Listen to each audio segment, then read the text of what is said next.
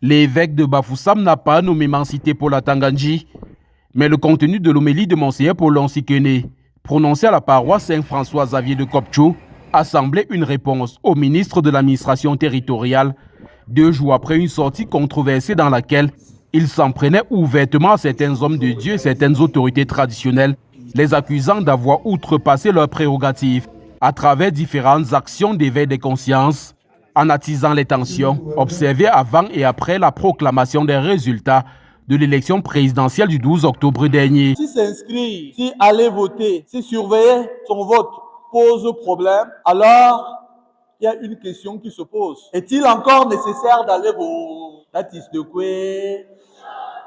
Et s'il faut aller voter, où est le mal dans ce bien? Où est le mal dans ces biens? On dit que non.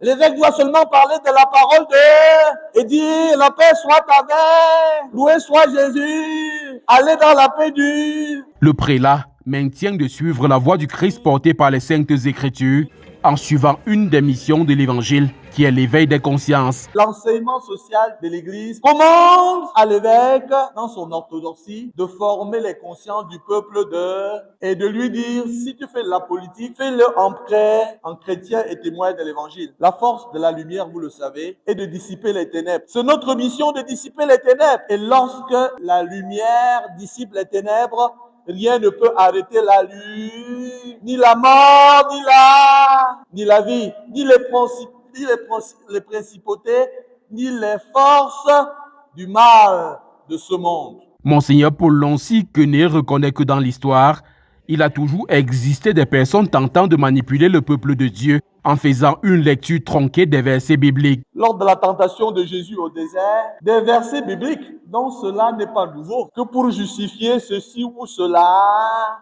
l'on tire en phrases détachées des versets bibliques pour arroser le peuple de...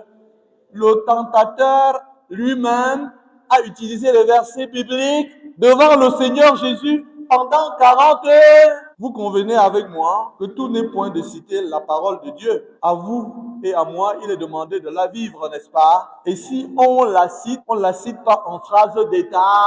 Parce qu'on risque de faire dire à la parole de Dieu ce qu'elle n'a jamais.